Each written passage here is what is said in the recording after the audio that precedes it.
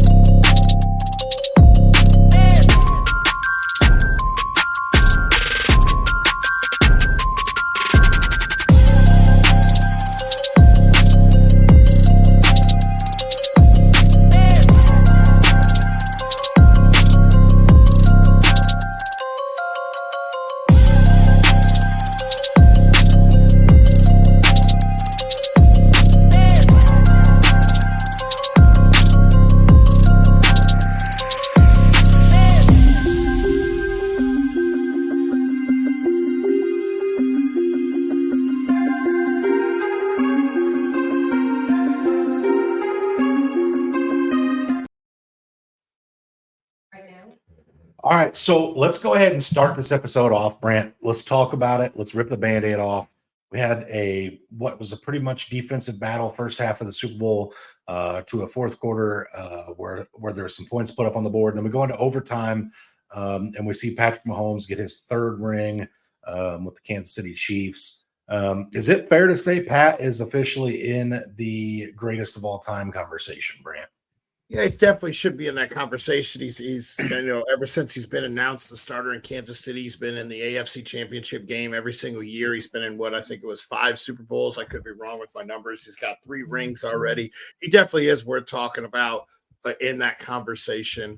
And he's definitely done it. He's done it with a great supporting coach. I would say staff, but really it's been Kelsey's been the only consistent thing through those Super Bowls.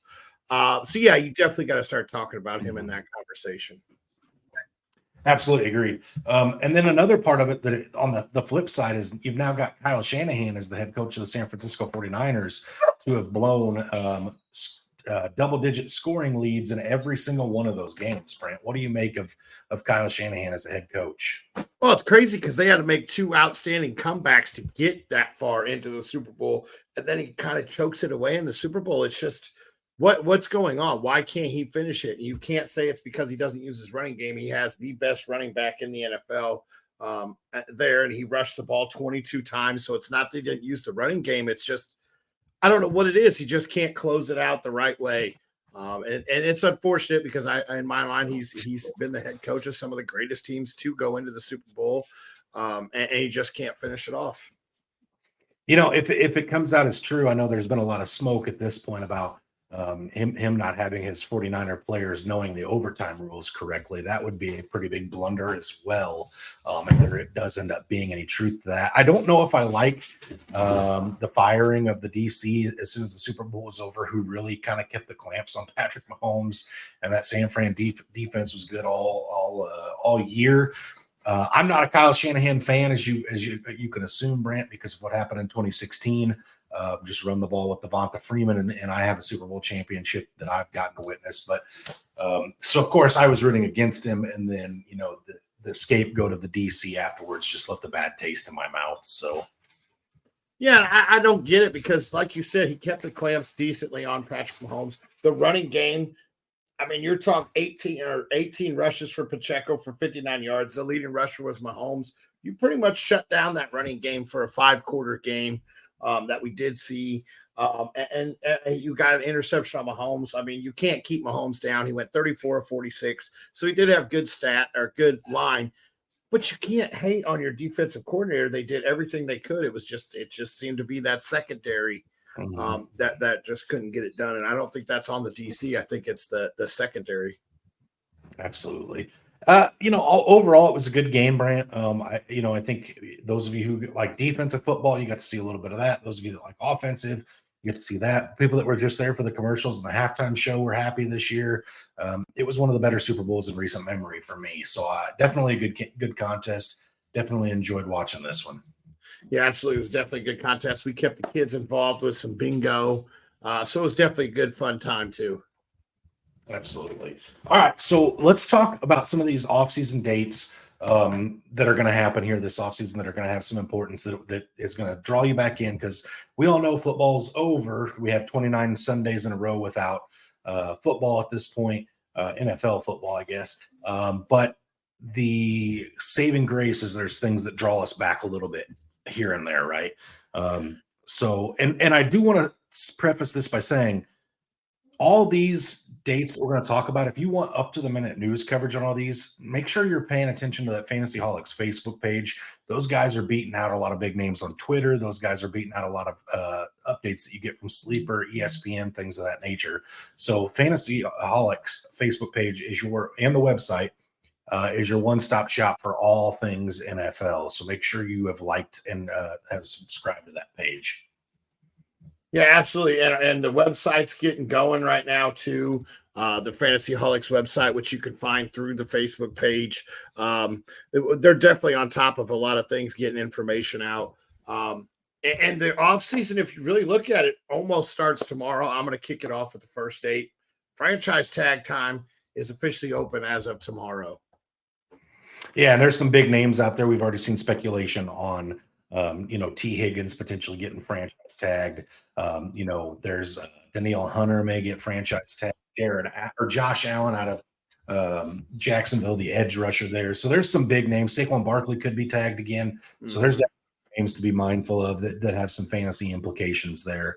And the tag window opens tomorrow. It does close March 5th.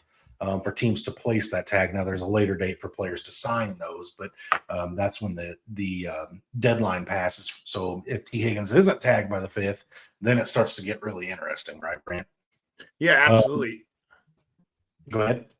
Yeah, absolutely. Some of these names. So by March 5th, we should know who's really going into the free agency pool and see what kind of names are actually out there. Absolutely. And then we kind of moved straight on into the NFL Combine. On the 29th, we have defensive linemen and linebackers. March 1st is defensive backs and tight ends. March 2nd is quarterbacks, wide receivers, running backs, and March 3rd is offensive linemen. So there's some combine dates for you. And then the thing that I think a lot of us get excited for, Brant, I know you're up there with me. We usually are at work when it happens, but we're glued to ESPN. Is March 13th or March 11th through the 13th, you get your legal tampering for the NFL free agency period, moving into the new league year on March 13th when players are allowed to officially sign that dotted line. Absolutely. Those between the combine and the legal tampering is the time to really get excited and start to do your research for your rookie drafts and then so on and so forth of redraft of seeing where these new players fall. Right. And then April 1st, you and I both get to pay attention to April 1st this year. Teams with a new head coach get to begin off-season workouts on the 1st. Every other team can report for off-season workouts on the 15th of April.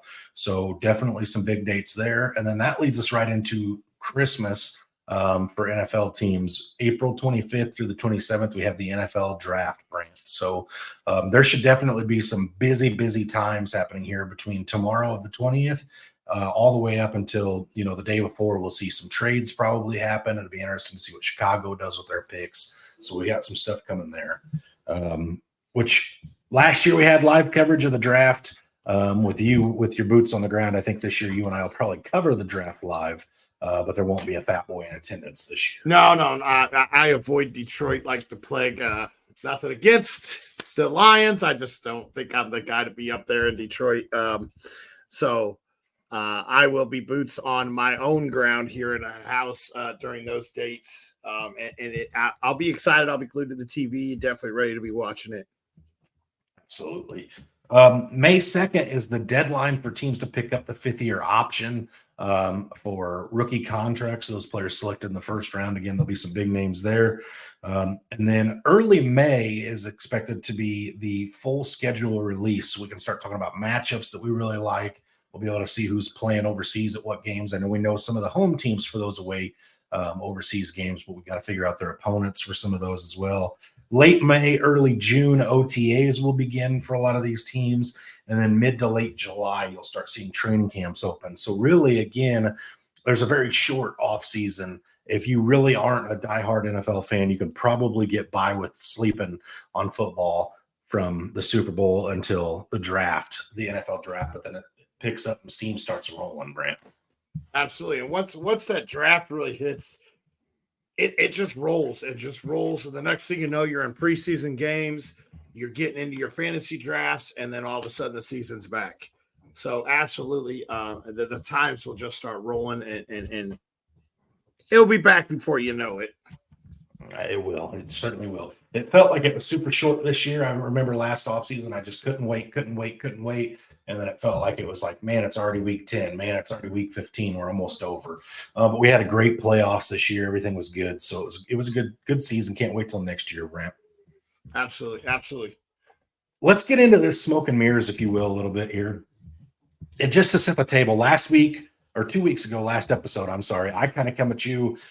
You had no time really to do any research except for to look at like needy teams for each position. And you were kind of blindsided. I put you on the spot, talked about whether you still liked them or not. We're going to do something very similar with that, except for you're going to come at me. You've got all the research done today. I'm sitting here with no idea who you're getting ready to come at me with. And I'll try to put a trade package together to acquire the player at the end of it. And we'll see what happens, Brant. Okay, so we talked about the Super Bowl. Let's talk about the new Gabe Davis. That's Rashee Rice. Amazing playoff run. Round one, he saw 12 targets, 8 receptions, 130 yards. Round two, he was 4 for 4, 47 yards. Round three, 8 of 9 for 46 yards. He had a touchdown in the wild card round. And then he went 6 of 8 in the Super Bowl. That's Rashee Rice. He was drafted He was drafted as the wide receiver number 56. He finished as wide receiver number 27, averaging 13.3 points per game. He had 102 targets, 79 receptions, 938 yards, 7 touchdowns. He's 23 years old. And like I said, I call him the Gabe Davis of this year because he blew up in the playoffs. He looked so phenomenal in the playoffs. I know not as many receivers in the playoffs, but he was top 10 wide receiver every single week in the playoffs. So this guy, and I have an average estimated ADP of a top 15 wide receiver in a startup draft at 23 years old. What do you think? Do you think he can mirror this, or do you think it was all just smoke? Okay, so I'm going to say, first of all, this is 100% a mirror for me, and you know I have a lot of love for Rashee Rice. This was a player I acquired in our main dynasty league halfway through the season. So for me, again, it's a lot of factors that he's going to mirror this. One, he's tied to Patrick Mahomes, right? And Andy Reid. Hopefully Andy Reid doesn't, retire into the land of the cheeseburgers after that Super Bowl win. How about them Nuggies? But yes, again, tied to Patrick Mahomes. Travis Kelce's not getting any younger, right? And yes, it was a dominant playoff stretch for him, but he really had a good couple weeks. Probably 6-7 weeks prior to the start of the playoffs, he started becoming a go-to guy for Mahomes. And the problem is Sky Moore had his chance, never did anything with it. MVS was sporadic at best. McCole Hardman was rarely used. So it was really kind of Kelce, Pacheco, and Rashee Rice as the main guys down the stretch. And again, I think coming into next year, I do think there's probably some new names added to that wide receiving core, obviously, but I think that actually helps Rashee Rice as far as the production that he's able to do because he should operate in more space if there's another target out there. But to me, he's a comfortable buy at 15th. I don't know if he starts getting into the top 10 wide receiver range in a startup if I want him. But in the top 15, I think he's a comfortable buy for me, Brant. And again, like as far as a trade package, I was able to package Derrick Henry and get Rashee Rice in a second-round draft pick in the trade I did with him this offseason. Now, granted, that was before he blew up this season. So that was obviously a little different. I imagine nowadays you'd probably have to do Derrick Henry in the second on the giving end to get a guy like Rashee Rice. But I mean, this year's a wide receiver laden draft class. If you really want Rashee Rice, I think it costs you a back half first round, honestly.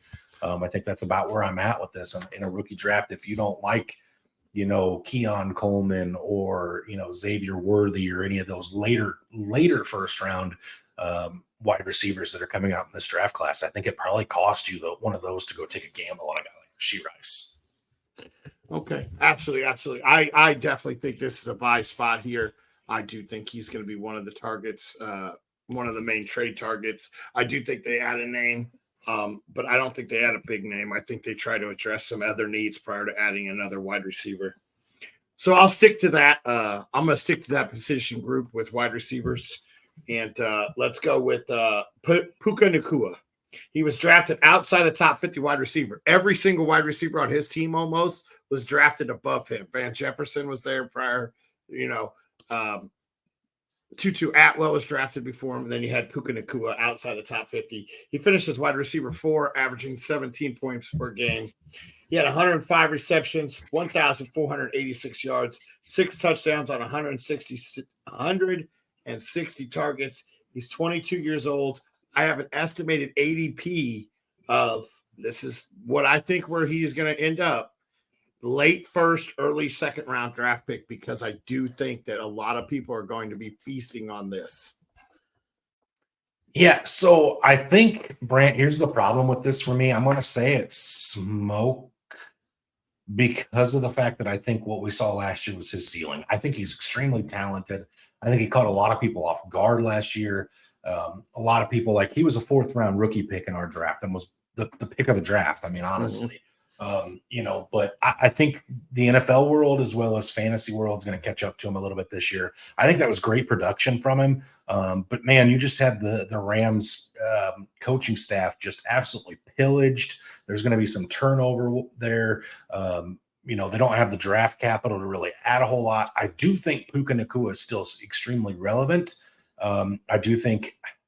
I don't know if I would pay a first round draft pick for him. I could see myself doing a second rounder depending on where I was at in the second, just because, again, he is talented. I do think it's replicable, but I don't think it's something that you should aim for saying, well, that's the baseline. I think last year what we saw was the ceiling. Again, I still think this is a guy who's got a chance to be a top 12 wide receiver, potentially every season, but I don't know if I could draft him in the first round. Okay. That's funny because I honestly thought this was going to be the one that we were going to have the difference. I was going to call smoke on this because just like you said, he hit the NFL by surprise. He hit the ground running with a huge week 1 against my Seahawks. And the Rams caught everybody off guard this year. Like you said, the coaching staff has been picked through. That's Rams is starting to make their turnover, and you're not sure where Puka is going to fall in line with that. I do think that he will have some good productive seasons. I just don't think he's going to mirror this at all. So I believe it's all smoke too. Here's the problem with this too, Brant, is as far as putting together a trade offer for the Puka Nacua owners right now, good luck. Because if you got him in and the guy who got him in our league in the 4th round of our rookie startup draft, it's a free player for the rest of my career to say, look at this guy, look what he did. You can't overpay me enough. I'm thinking you're talking. Let me ask you, Brant. Okay, so assuming that the rookie draft, is in a standard whatever league that Marvin Harrison is off the board and Malik Neighbors is off the board, and you have the 3rd pick in your hand. If you're the Puka Nacua owner and somebody says, hey, I'll give you the 3rd, So at best, you're getting Roma Doozy or Brock Bowers or whatever running back you like. Are you taking that or are you keeping Puka? I think I'm going to keep Puka there because as of right now, landing spot could change my mind. But if that was, we're sitting down today, I'm keeping Puka because as of right now, there's not another wide receiver barring landing spot that I would fall in love with. Like I do like him there because I think he could take over the cup role. Yeah. So for me, it would have to be, you'd have to be able to guarantee me either Malik Neighbors or Marvin Harrison Jr. for me to even entertain moving Puka at this point. And again, if you're sitting in the place to draft Marvin Harrison or Malik Neighbors, you're probably not making that offer in the first place. So again, I think it'd be really tough to get Puka Nacua right now just because he is young, how the cost was fairly cheap. Again, if your league only does 2-round draft picks, Brant, like mine does, Puka Nacua was undrafted, or not mine. And one of the leagues I'm a part of, one of the dynasties, he didn't get drafted because it was 2 rounds. So, I mean, again, it's just one of those things that you're going to have to overpay to get a guy like him. I don't know if I want to overpay. Again, if I could get him at market cost, I'm probably okay with that. But at overpay, I'm not doing. Absolutely. You'd have to almost be able to guarantee me he's going to replicate his numbers and Cooper Kupp's numbers for the next 4 years for me to overpay for him. Mm-hmm. So next one is moving on to different position group. That's Rachaad White. Wow, just completely butchered that up. He's drafted as running back 24. He finished as RB4. White averaged 15 points per game in PPR. He had 272 attempts, 990 rushing yards, 6 TDs, 64 receptions, 549 receiving yards, and 3 more touchdowns. He's 25 years old. I have him as an estimated ADP of a mid to late second round draft pick because a lot of people will be looking at him as a top 10 back. Is this guy one of the last remaining workhorse backs in the NFL? So I'm going to call this production mirrors. I do think he's good enough to repeat what we saw last year, Brant. And I think the Tampa Bay Buccaneers kind of found a recipe for success last year with Baker Mayfield. Here's the problem for me. Where the problem lies is they've got a very good offensive line, so the running lane should still be there. The problem is if Mike Evans is allowed to leave town and Chris Godwin is the one you're able to bring Baker Mayfield back, does that stack the box against this team to where these running lanes are not there? Or I don't know. For me, I think he's very capable of doing what he did. I think he could be better. I think there could be more touchdown equity for him in the future. I know we saw him in person last year, and he was impressive in that game against the Falcons. But I think it's Mears. He's a guy that I'm sorry, where did you say your estimated draft was, Capital? Mid to late second round pick. So I think he's looked as. I'm probably pairing him with that. Again, if it's a mid to late, that means you're either getting a CMC, a Bijan Robinson, Jahmyr Gibbs, somebody like that in the first round, Justin Jefferson. And then this is the guy you're pairing them with on the turn. You're going to get another player right there in the beginning of the third round. I think that's a comfortable area for me. As far as a trade goes, Brant, again, you're coming at me with youth in a dynasty league. It'd be really hard to go get these guys because he's young and the production's there. So again, I think this is a first round pick that it's going to cost to go get, and probably going to have to be a decently high first round pick if it's a player trading for him based on a necessity, because there's no running backs in this class that are going to come close to what Rachaad White offers, at least not initially. So I think you're talking a top 5 pick in this year's draft, probably. And I think you're probably going to have to add a little something to it, potentially. Like, if you've got an aging back on your roster, a top 5 pick, and then, a Gus Edwards, something like that, maybe Devin Singletary, one of those guys that performed a little bit. But again, that's good luck getting me to respond to a trade if you come at me with trying to get Rachaad White off of me. I don't know. That's a tough one to be in there. Yeah, I'm probably not moving off him if I'm the owner of Rashad White. He's one of the best guys that was out there. I think he is one of the last remaining workhorses. I don't think they addressed that. I know they just had their center retire. So I think they're going to draft that or address that in free agency. And then they'll address some of the defense because I think that was their downfall this year a little bit. So getting me to move off him, you would have to pay me almost, a top tier pick. Mm-hmm. But trading wise, yeah, I'd probably give up a top 5 for him easily if that's the offer. Because you're not going to find another back that's going to replicate this at the moment. I mean, odds are there could be a chance that somebody lands in Tennessee where Derrick Henry's out of town right now. And then maybe we could talk about that depending who it is. Sure. So my last one is another guy that I know that you like. So I think you're going to say mirrors on this one. And I'm a little skeptical on this one here. That's Trey McBride of the Arizona Cardinals. Drafted as tight end 28. He finished as tight end 7. He averaged 10 points per game. I know it doesn't sound like that much, but think about the tight end position. He had 106 targets, 81 receptions, 825 yards, 3 TDs. I have him estimated draft as a top 5 tight end. Don't really have any rounds for it because, like we talked, we don't know how tight ends really fall in some drafts. He is 24 years old, and he played with 18 different quarterbacks this year throughout the entire year or something like that. I am going to say this is Mears Brand. It's for a pretty juicy reason, and that's Marquise Hollywood Brown's a free agent, so you could be coming back next year with the Arizona Cardinals having Rondale Moore and Michael Wilson as their 1-2 wide receivers, which instantly puts Trey McBride as the best target on the field. Now, again, they could add a Marvin Harrison Jr. or a Malik Neighbors. That those guys fit the draft needs of that team. But that doesn't bother me much. If you look at the production from Trey McBride when Kyler Murray came back, that's really when his production started to pick up.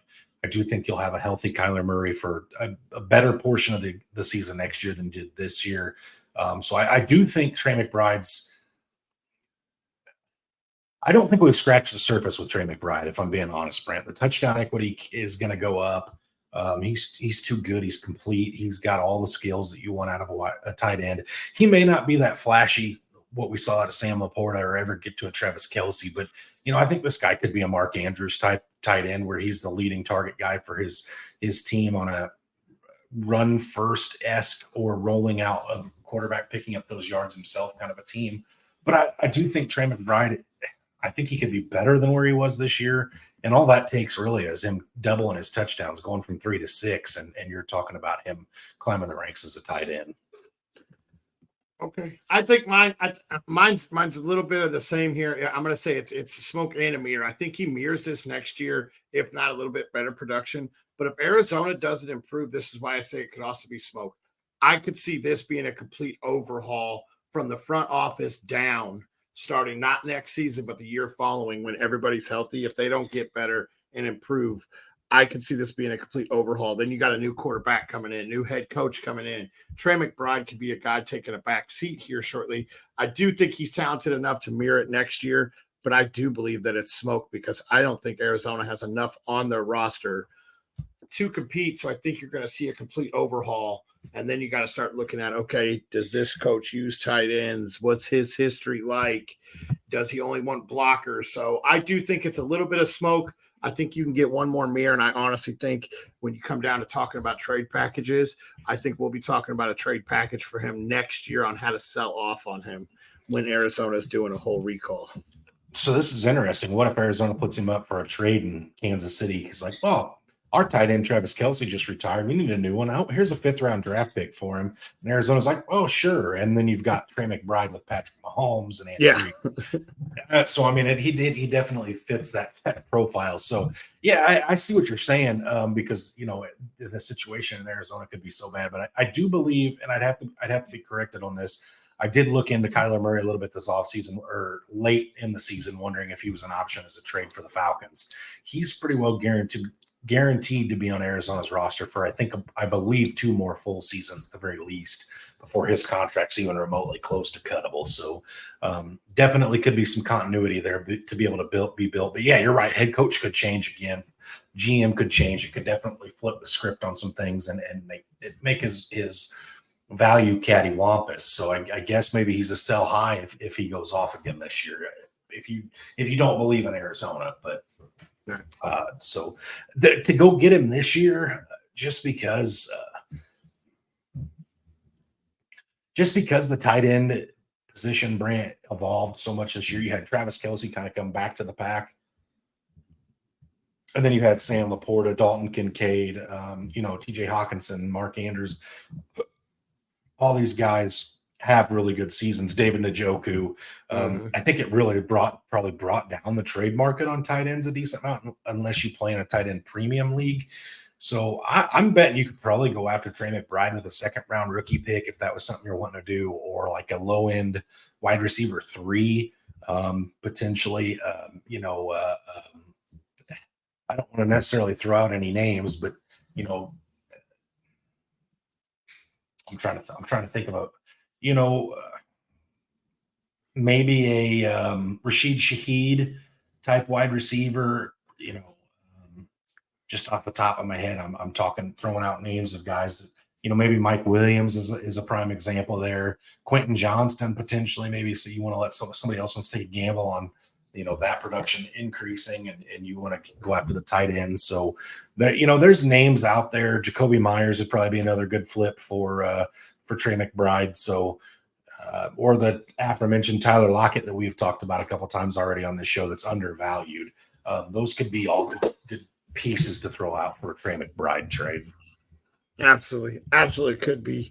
Tyler Boyd's another name that you could probably start thinking about.